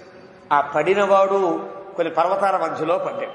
వాడి మీద పాపం జాలి కలిగి మహర్షుల్ని పంపించి వాడు కాస్త మంచి హితబోధ చేయండి అంటే మహర్షులందరూ యయాతిని కూర్చోబెట్టుకుని అతనికి సాధుబుద్ధి కలిగేటట్లుగా అతని ప్రవర్తన మార్చి అతనికి మళ్ళీ సుఖాన్ని కలిగించారనే భారతంలో కథ కనిపిస్తుంది. మనకు భారతంలో కనిపిస్తుంది, అంతకుముందు జరిగిన సంఘటన కదా ఇది. ఇక్కడ యయాతిరివ సాధుషు, యయాతి వలే చంద్రవంశపురాదులు వీళ్ళంతా ఆ రకంగా యయాతి బతికినట్టుగా బతుకుతాను సుమంత్ర, ఆ రాముని యొక్క విషయాలన్నీ చెప్పవా అని అడిగాడు. ఇతి సూతో నరేంద్రేణ అడిగాడు దశరథుడు. చోదిత సజ్జమానయ, అప్పటికే సిద్ధంగా ఉన్నాడు. రాముడు చెప్పిన మాటల్ని మళ్ళీ చెప్పడానికి మళ్ళీ ఒకసారి రాముడు ఏం చెప్పాడో నెమరు వేసుకుని ఆ మాటల కంటే ఎక్కువ మాట చెప్పకూడదు కదా. సూతుడు యొక్క వార్తాహరుడు దూత వీళ్ళ మాటలు ఎలా ఉండాలంటే ఏవి చెబితే అవే చెప్పాలి, కొత్త మాటలు చెప్పడానికి వీళ్ళు జాగ్రత్తగా ఉండాలి, ఏకసంథాగ్రాహులై ఉండాలి. దూతలకు అందరినీ పంపించరు. దూతలకి తన చెప్పిన విషయాన్ని పూర్తిగా అవగాహన చేసుకుని హావభావాలతో సహితంగా అలా చెప్పగలిగితేనే పంపిస్తారు. దూత ఎలా ఉండాలో సుందరకాండలో హనుమంతుడు చెబుతాడు. అక్కడ మనం తెలుసుకుందాం దూత లక్షణాలన్నీ వరుసగా 5 శ్లోకాల్లో తను చెబుతాడు. దూత అలా ఉండాలి. కాబట్టి సుమంతుడు సజ్జమానయ ఉవాచ వాచ రాజానం సభాష్ప పరిరబ్ధయ. ఒకసారి రాముడిని తలుచుకోగానే మళ్ళీ ఇతరికి దుఃఖం పొంగిందేమో చెప్పడానికి సిద్ధమై రాముడు మాట్లాడినట్టుగా మళ్ళీ మాట్లాడడం ప్రారంభించాడు. అబ్రవీన్ మాం మహారాజా ధర్మమేవానుపాలయన్ అంజలిం రాఘవ కృత్వా శిరసాభిప్రణమ్య చ. అబ్రవీన్ మాం మహారాజా, మహారాజా ధర్మమేవ అనుపాలయన్, ధర్మాన్నే రాముడు ఆచరిస్తూ ఉన్నాడు. అంటే నిన్ను పల్లెత్తి మాట అనే అవకాశమే రాముడు ఎప్పుడూ చేయడు. ధర్మానికి కట్టుబడ్డవాడు రాముడు కదా, నిన్నేమి అనుకోరు అసలే. ధర్మమేవ అనుపాలయన్, ధర్మాన్ని అనుపాలిస్తున్నవాడై అంటే అనుసరిస్తున్నవాడై. అంజలిం రాఘవ కృత్వా, అంజలిని ఘటించి, కృత్వా శిరసాభిప్రణమ్య చ, శిరస్సు మీద 2 చేతులు పట్టు నమస్కరించి, అంటే అంజలి నాకు, అభిప్రణామం నీకు అన్నమాట. అంటే నాకు నమస్కరించి నీకు నమస్కరించి ఇలా చెప్తున్నాడు. అంటే ఇక్కడ రాముడు రాజు కాదు, రాముని యొక్క క్షేమవార్తని అందించగలిగే ఒక గొప్ప భాగ్యశాలి సుమంతుడు. తన యొక్క వార్త తండ్రి గారికి చెప్పాలి. ఈ సుమంతుడు చెప్పిన మాట విని తండ్రి స్వస్థత సమకూరాలి. కైకేయికి అమ్మయ్య నా కోరిక తీరింది అనిపించాలి. కౌసల్యాదులంతా కొంచెం సుఖపడాలి. అంటే మేము చాలా జాగ్రత్తగా ఉన్నాం, హాయిగా ఉన్నామని చెప్పాలి. అంటే ఇంత వాచాధర్మం అవాప్నుహి అంటుంది సీతమ్మ తల్లి సుందరకాండలో. వాగ్ధర్మం అంటారు. అంటే ఇక్కడి నుంచి వెళ్ళిన వ్యక్తి అక్కడ వెళ్ళిన తర్వాత సీతారాములు హాయిగా ఉన్నారు, మీరేం బెంగపడకండి అనే ధీమాతో చెప్పగలగాలి. కాబట్టి అంజలిం కృత్వా, నీ దండం పెడతా మంచిగా చెప్పు, మేము కష్టపడుతున్నట్టుగా చెప్పద్దన్నట్లుగా అంజలిని ఘటించి, నీకు శిరసాభిప్రణమ్య చ, శిరస్సుని శిరసా నమస్కరించి నీకు, సూత మద్వచనాత్తస్య తాతస్య విదితాత్మనః శిరసా వందనీయస్య వంద్యౌ పాదౌ పునః పునః. సూత నా మాటగా చెప్పు, మా నాన్నగారు విదితాత్ములు అంటే అన్నీ తెలిసినవారు. పాప ఏం తెలియదు అనుకుంటున్నావేమో నువ్వు, అన్ని ధర్మాలు బాగా తెలిసినవారు మా నాన్నగారు. కాబట్టి మా నాన్నగారికి అన్నీ తెలుసు. కాబట్టి శిరసా వందనీయస్య అంటే ఎప్పుడు కూడా శిరస్సు వంచి నమస్కరించ తగినవాడే మా నాన్న. ఎప్పుడు తప్పు చేయడు, తప్పు చేసినా అది తప్పు కాదు, ధర్మంలో ఏదో సూక్ష్మమై ఉంటుంది. కాబట్టి శిరసా వందనీయుడు, ఎప్పుడు రాజు వందనీయుడు కాకుండా పోడు. మా నాన్న ఎప్పుడు వందనీయుడే అంటే అర్థం ధర్మం తప్పనివాడు. కాబట్టి అలాంటి వంద్యుడైన అతని యొక్క శ్రీపాదములు రెండింటినీ మళ్లీ మళ్లీ మళ్లీ నమస్కరించాలని చెప్పు. ఒక మాను కాదు, పునః పునః మళ్లీ మళ్లీ నమస్కరించాలని చెప్పు. ముందుగా నాన్నగారి పాదాలకి మళ్లీ మళ్లీ నమస్కరించి అని ఉత్తరం రాసినట్టుగా చెప్తున్నాడు. చెప్పి సర్వమంతఃపురం వాచ్యం సూతవద్వచనాత్తయ ఆరోగ్యం అవిశేషేణ యథార్హంచ అభివాదనం.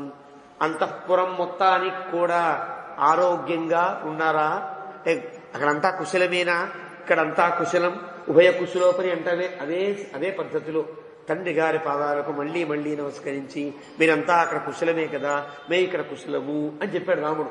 అంటే ఆరోగ్యం అవిశేషేణ, మీకు మాకు కూడా ఆరోగ్యంగా ఉన్నాం. యథార్హంచ అభివాదనం, ఎవరెవరికి నా నమస్కారాన్ని ఎలా పెట్టాలో అలా పెడుతున్నారు. కొంతమందికి శిరసా నమస్కరించాలి, కొంతమందికి ముఖ సమంతో నమస్కరించాలి, కొంతమందికి హృదయఘతంగా నమస్కరించాలి, కొంతమందికి బాగున్నావా అని అడగాలి.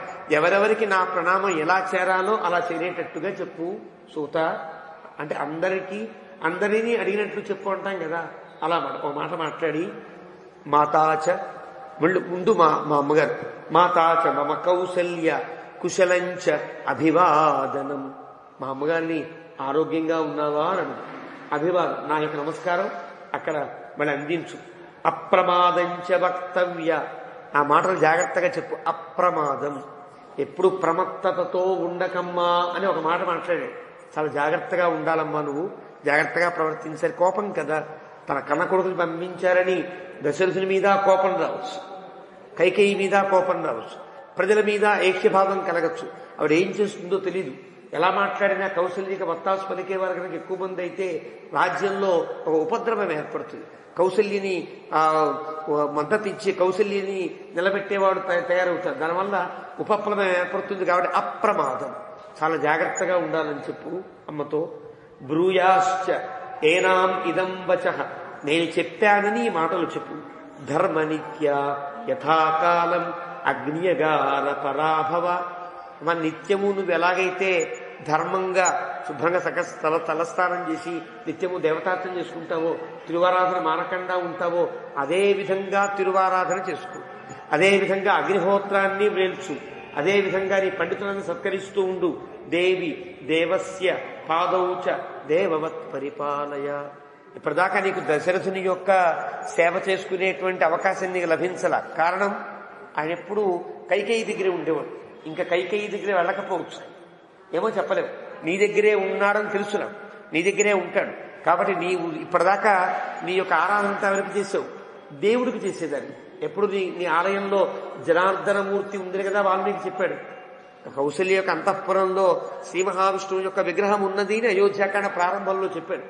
ఎప్పుడు ఆ దేవుడికి పూజలే చేస్తావు కదా, ఆ దేవుడికి ఎలాగైతే పూజలు చేశావో దేవవత్ పరిపాలయ దేవస్య, నీకు దేవుడు ఇంకో దేవుడు ఉన్నాడు. ఇప్పుడు నీ దగ్గరికి వచ్చాడు, నీ దగ్గరే ఉన్నాడు. దశరథుణ్ణి నువ్వు నిత్యము పూజించే శ్రీ మహావిష్ణువులా భావించి పూజించు.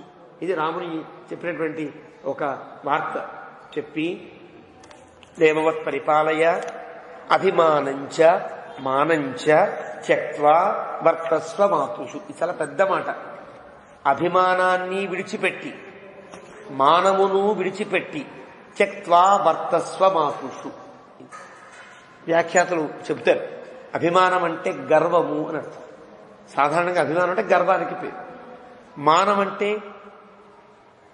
విచక్షణ కోల్పోయినటువంటి స్థితి, ఎవరిని గౌరవించాలో ఎవరిని గౌరవించకూడదో లేని స్థితి. అంటే అభిమానము మానము అంటే శారీరకంగా నువ్వు అమర్యాద చేసే అవకాశం ఉంటుంది, బుద్ధిపరంగా అవమానించే అవకాశం ఉంటుంది. కైకేయిని అదే పనిగా కైకేయి వస్తుంటే దీనివల్ల ఇదంతా అయింది అని శారీరకంగా ఏదైనా చేయొచ్చు, అది చేయడానికి వీళ్ళు. బుద్ధిపరంగా ఇదంతా కైకేయి వల్ల అయింది, దాన్ని కొట్టండి, దాన్ని చంపండి, ఇలాంటిదో మాట మాట్లాడచ్చు సహజమైనటువంటి నైజం చేత. ఏమీ మాట్లాడడానికి వీల్లేదు. రాముడు చెప్పినటువంటి గట్టిగా హెచ్చరికలు అంటారు. అభిమానంచ మానంచ, శారీరకంగా ఎలాంటి తప్పు చేయకమ్మా, బుద్ధిపరంగా కూడా ఎలాంటి తప్పుకు నువ్వు పరిగణించవద్దు. తథా వర్తస్వ మాతృషు, తక్కిన అమ్మలయందు నువ్వు సమానంగా ఉండు. అంటే సుమిత్రని ఎంత ప్రేమగా చూస్తున్నావో, తక్కిన 360 మంది భార్యలను, దశరథుని యొక్క భార్యలను చెల్లెళ్ళుగా ఎలా ప్రేమిస్తున్నావో కైకేయి యందు కూడా అదే భావనతో ఉండు. అంతేనా? అను రాజాన భార్యాంచ కైకేయీ మంబకారయ. చాలా తమాషా వాక్యం. నిజానికి అను అనే ఉపసర్గ. అనురాజానం ఆర్యాంచ కైకేయీం అంబకారయ. అను ఆ చివరుంది, కారయ ఈ చివరుంది, అనుకారయ. ఈ కారయాకి అను చేర్చాలి. వేదంలో కొన్ని ఒక క్రియాపదాలు వచ్చినప్పుడు క్రియాపదానికి సంబంధించిన ఒక ఉపపదం అంటే ఒక ఉపసర్గ ఎక్కడో ఉంటుంది. ఉదాహరణకి ఆ దేవో యాతి భువనాని విశ్వా ఉంటుంది అనుకోండి. ఆ దేవ యాతి భువనాని విశ్వాని ఇది పదం. అయితే ఆ దేవ యాతి కాదు, దేవ ఆయాతి. యాతికి ఆ చేర్చాలి. ఆ ఎక్కడో ఉంది, యాతి ఎక్కడో ఉంది. కానీ ఇది క్రియార్థకమైనటువంటి ఒక పద్ధతి. ఇక్కడ వైదికమైన పద్ధతిలో కనిపిస్తుంది ఒక్క వాక్యం. అను రాజాన మార్యాంచ కైకేయీ మంబకారయ. అమ్మా, తండ్రిని కైకేయిని కూడా జాగ్రత్తగా అనుసరించు. అంటే వాళ్ళు ఏం చెప్పితే అది విను, వాళ్ళు ఏం చెప్తే అలాగే చెయ్యి. కాబట్టి కొత్తగా నీ ఆలోచనలు, నేను రాజమహిషిని, పట్టమహిషిని, మొదటి భార్యని, ఇలాంటివి ఏమీ వెళ్ళొద్దు. తల్లిని పాపం జాగ్రత్త చెప్పాలి. తను రెక్కలొచ్చినటువంటి వాడు కదా, పెద్దవాడైనటువంటి రాముడు. కాబట్టి తల్లికి కూడా కొన్ని చెప్పవలసినటువంటి స్థితి ఏర్పడింది.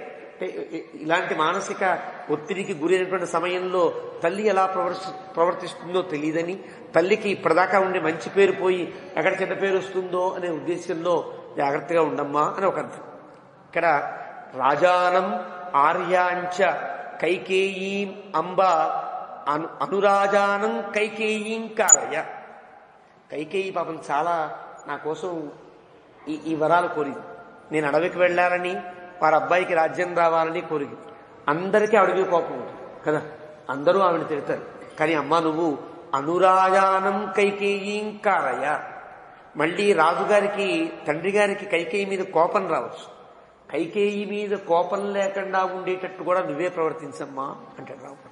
రాముడు కంటే గొప్పతనం అంటే కైకేయి యందు దశరథునికి కలిగినటువంటి కోపాన్ని తగ్గిస్తూ, సహజంగా ఇలాగే ఉంటారయ్యా ఆడవాళ్ళు, ఏ కుమారుడికి ఆ కుమారుడికి రాజ్యం ఇవ్వాలని ఉంటుంది, నువ్వు బెంగపడద్దయ్యా, కైకేయి కూడా మా చెల్లెలే, ఏం ఇబ్బంది లేదు, కైకేయి నేను తిట్టకు, నువ్వు చెప్పమ్మా. రాముడు కంటే గొప్పతనం అంటే రాజానం అనురాజానం అనురాజానం రాజుని అనుసరించి ఉండేటట్టుగా కైకేయిని చెయ్యి, లేదా కైకేయి యొక్క మాట రాజు యొక్క మాట వినేటట్టుగా నువ్వు ప్రవర్తించు. ఇన్ని అర్థాలు వచ్చేటట్టుగా అనురాజాన మార్యాంచ కైకేయీ మంబకారయ అంటాడు రాముడు. ఎంత అద్భుతంగా చెప్తాడు ఈ వాక్యాన్ని. కుమారే భరతే వృత్తి వర్తితవ్యాచ రాజవతు అర్ధజ్యేష్ఠా హి రాజానో రాజధర్మమనుస్మర. అర్ధజ్యేష్ఠా అంటే ప్రయోజనమును పట్టి పెద్దవారు కొందరవుతారు. ఉదాహరణకి 20 ఏళ్లకి వాడు ఏదో ఏ ఇంటర్లో పూర్తయ్యాక సివిల్కి డైరెక్ట్గా వెళ్ళి ఐఏఎస్ అయిపోతాడు. వాడు 22 ఏళ్ళ వాడు ఐఏఎస్ వాడు అయిపోతాడు. అప్పటి నుంచి సర్వీస్లో ఉండేవాడు 60 ఏళ్ల వాడు అక్కడ ఉంటారు. వాడంతా చిన్నవాడు, వీడికి మనం మొక్కడం ఏమిటి అనుకుంటారు. అర్ధజ్యేష్ఠా అంటారు. అంటే ప్రయోజనమును పట్టి పెద్దలవుతారు. అలా భరతుడు కూడా నీకు చిన్నపిల్లాడిలా కనిపించవచ్చు, కానీ ఇప్పుడు భరతుడు ఎవడు? రాజు కాబట్టి కుమారే భరతే వృత్తి వర్తితవ్యాచ రాజవతు. నా కొడుకే, నా చిన్న కొడుకే, నా కుమారుడు రాజ్యం అపహరించి వీడు రాజు అయ్యాడు అనే భావన పెట్టుకోకుండా పూర్తిగా రాజు యందు ఏ భావన కలిగి ఉంటావో ఆ భావనతోనే భరతుని యందు ప్రవర్తించమ్మా అంటాడు. ఇవన్నీ కూడా జాగ్రత్తలు చెప్తున్నాడు, తల్లికి చెప్తున్నాడు. భరత ఇక్కడ దాకా చెప్పే రాజధర్మం అనుస్మర, ఎప్పటికప్పుడు రాజధర్మాన్ని అనుస్మరిస్తూ ఉండు.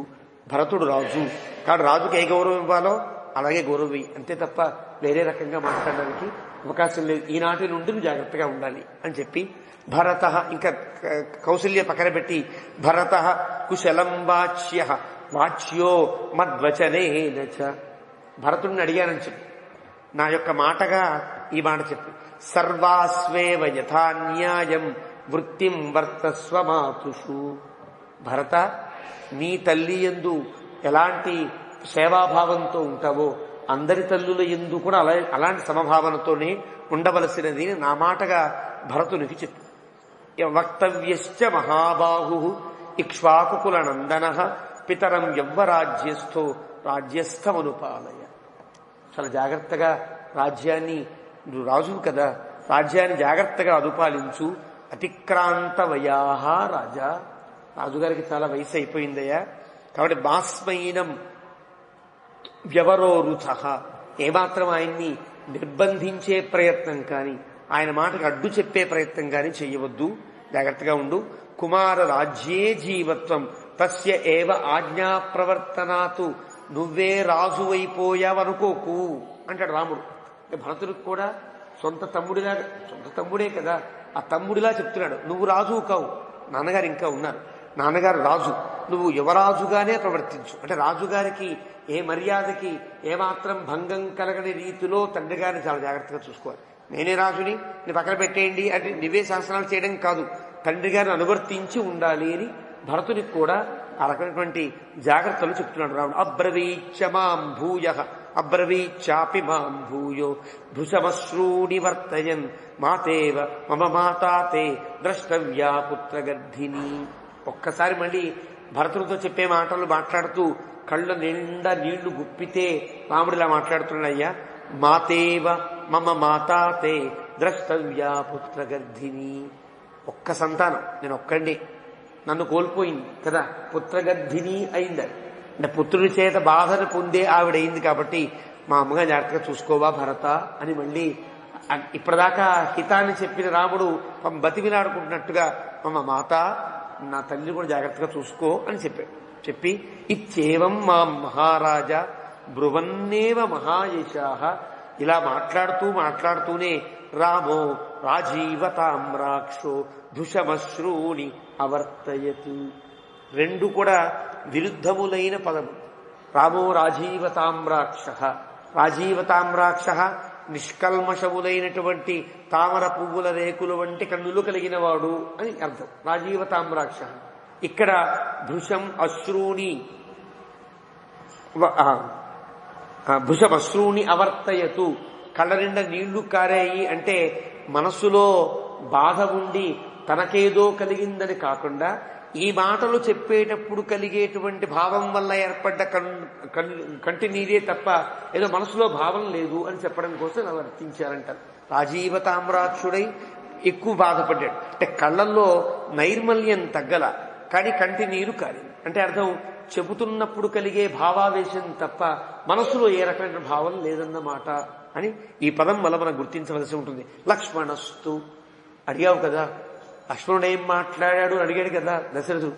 లక్ష్మణస్తు తూ అంటేనే అర్థం రాముడు ఇంత అద్భుతంగా మాట్లాడాడు, కానీ లక్ష్మణుడైతే అంటే అర్థం ఏంటి, నిన్ను తిట్టాడు అని అర్థం, చాలా తిట్టాడు అని అర్థం. అంటే రాముడు ఇంత ప్రేమగా మాట్లాడితే లక్ష్మణుడు ఇలా మాట్లాడలేదు అని చెప్పడం కోసం ఒక్కసారిగా ఆ భావం మారడం కోసం తు అనే పదాన్ని ప్రయోగిస్తారు. కవులకుండే గొప్పతనం. స్వంతాథాది నపూర్వభాగ్, అప్పటిదాకా చెప్పిన దాకంటే విరుద్ధమైనటువంటి భావాన్ని ప్రకటించేటప్పుడు, దానికంటే భిన్నమైన భావాన్ని ప్రకటించేటప్పుడు తు అని వాడతారు. లక్ష్మణస్తు, లక్ష్మణుడైతే ఏం మాట్లాడాడంటే సుసంక్రుద్ధ, క్రుద్ధ సంక్రుద్ధ సుసంక్రుద్ధ. క్రుద్ధ కోపం వచ్చింది, సంక్రుద్ధ తన కోసం కాదు రాముడి కోసం కోపడ్డాడు. సుసంక్రుద్ధ అంటే ధర్మాన్ని తప్పని వాడయ్యే లక్ష్మణుడు కూడా మాట్లాడతాడు. అది గొప్పతనం, మంచి కోపం కలిగిన వాడు. సుమంత్రుడు చెబుతూ చాలా మంచి కోపం అయ్యా, బాగా అందంగా తిట్టాడయ్యా అని చెప్తారే, బాగా అందంగా తిట్టాడు. ఎలా తిట్టాడు చూసినా సుసంక్రుద్ధ నిశ్వసన్, ఒక్కసారి పాము కదా ఆదిశేషుకు అవతారం, నిట్టూర్పులు విడుస్తూ భయంకరంగా ఇలా అన్నాడయ్యా, కేనాయమపరాధేన రాజపుత్రో వివాసిత, ఎవని యొక్క అపరాధము చేత అయితే నా రాముడు అడవిలోకి రావలసి వచ్చిందో, రాజ్ఞాతు కలు కైకేయ్య, ఆ రాజుగారు ఆయన ప్రేమించినటువంటి కైకేయి గారు, లఘుతు ఆశ్రిత్య శాసనం, చిన్నవాళ్లపై చిన్నబోయి ఈ శాసనం చేశారు. అంటే రాజులా ప్రవర్తించల, తల్లి తల్లిలా ప్రవర్తించల. కాబట్టి నాకు రాజు తండ్రి కాడు, ఆవిడ తల్లి కాదు అని భావన. ఈ మాట పైపైన చెప్తున్నాడు. నాకు తల్లి కాదు కైకేయి, నాకు తండ్రి కాడు దశరథుడు. ఈ మాట అనడం కోసమని రాజ్ఞాతు ఖలు కైకేయ లఘుతు ఆశ్రిత్య వారి వారి స్థాయికి దిగి ప్రవర్తించారు. కాబట్టి ఆయన తండ్రి కాడు, ఆవిడ తల్లి కాదు. ఇది లక్ష్మణుడి యొక్క మాట చెప్పి, కృతం కార్యమకార్యం వా వయం ఏనాభిపీడితా, చేసిన పని మంచా చెడ్డదా నేను మాట్లాడు. ఎవరి వల్ల అయితే రాముడు ఇక్కడ బాధపడుతున్నాడో వారికి చెప్పు.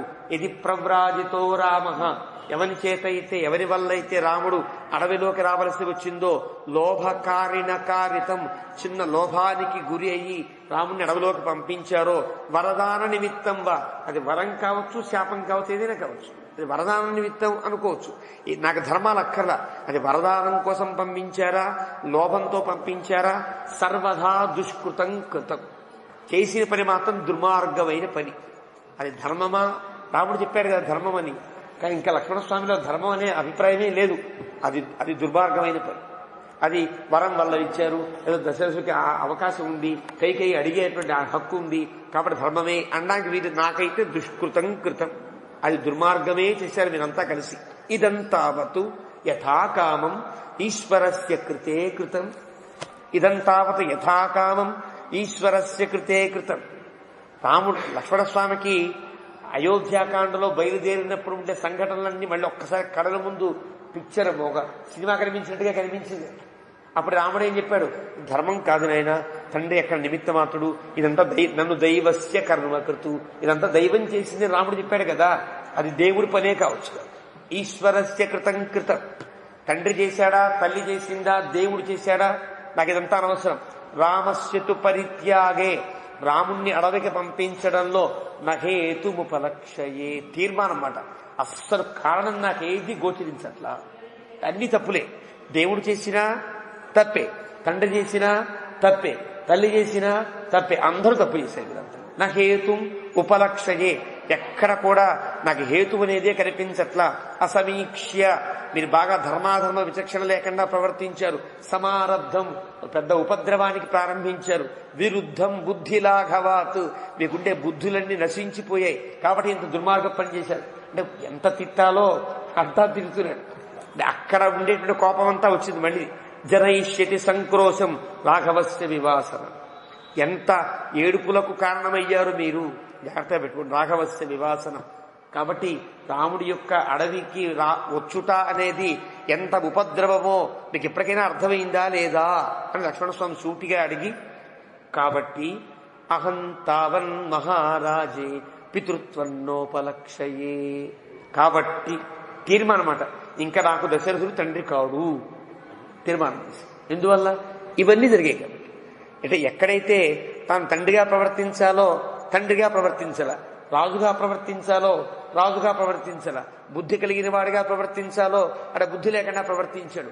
ఏ పని చెయ్యకూడదో ఆ పని చేశాడు. కాబట్టి పితృత్వం నా ఉపలక్షయే, ఆయన యందు తండ్రి భావన నేను పెట్టుకోను, ఇంకా నాకు తండ్రి కాడు. మరి ఎవరు తండ్రి? భ్రాత భర్త చ బంధుశ్చ పితా చ మమ రాఘవ. లక్ష్మణస్వామి మాట, నాకు అన్నయ్య అయినా భర్త అయినా బంధువైనా తండ్రి అయినా నాకు రాముడే తప్ప నువ్వు నాకు తండ్రివి కావు పో అని చెప్పమన్నాడు అయ్యా లక్ష్మణుడు. ఎంత తీవ్రంగా చెప్పాడు. సర్వలోక ప్రియం త్యక్త్వ, అందరూ ఇష్టపడే రాముణ్ణి విడిచిపెట్టి, సర్వలోక హితే రతం, అందరి ప్రేమను పొందినవాడు కాడు, అందరినీ ప్రేమించేవాడు రాముడు. అలాంటి రాముణ్ణి విడిచిపెట్టి సర్వలోక అనురజ్యేత కథంత్వానేన కర్మణ, ఇంత అందరికీ ఇంత ఉపద్రవాన్ని ఇంత బాధను కలిగించిన నీ యందు నేను ఎందుకు తండ్రిత్వాన్ని ఒక పితృత్వాన్ని ఉంచుకోవాలి? కాబట్టి అనేన కర్మణ, రాముణ్ణి వనవాసమునకు పంపించుట అనే కర్మ చేత నీవు రాజువు కావు, తండ్రివి కావు, నాకు బంధువు కూడా కావు, నాకు ఏది కావు అని లక్ష్మణస్వామి తెగేసినట్టుగా అంటారే తెలుగులో, తెగేసినట్టు చెప్పాడు. ఆ రకంగా చెప్పి జానకీతు, మరి సీతమేముంది తెలుసునా? జానకీతు, రాముడు అలా చెప్పాడు.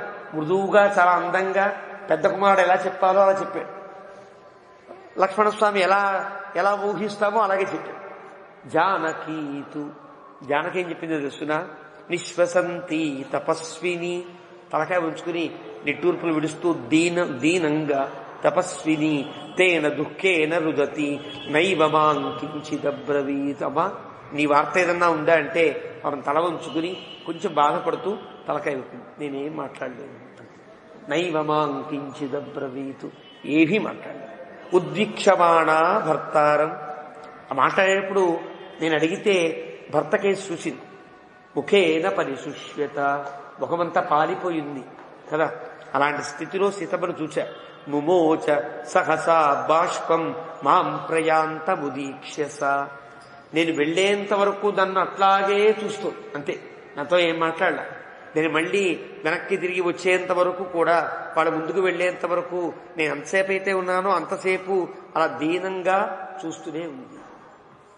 ఎవరైనా ఈ ఉపద్రవాన్ని తప్పించి రాముణ్ణి మళ్ళీ అడవికి అయోధ్యకి తీసుకువెళ్లరా అనే భావన ఆవిడలో ఉన్నట్టుగా అనిపించింది సుమంతుడికి. పాపం దీనంగా చూచింది.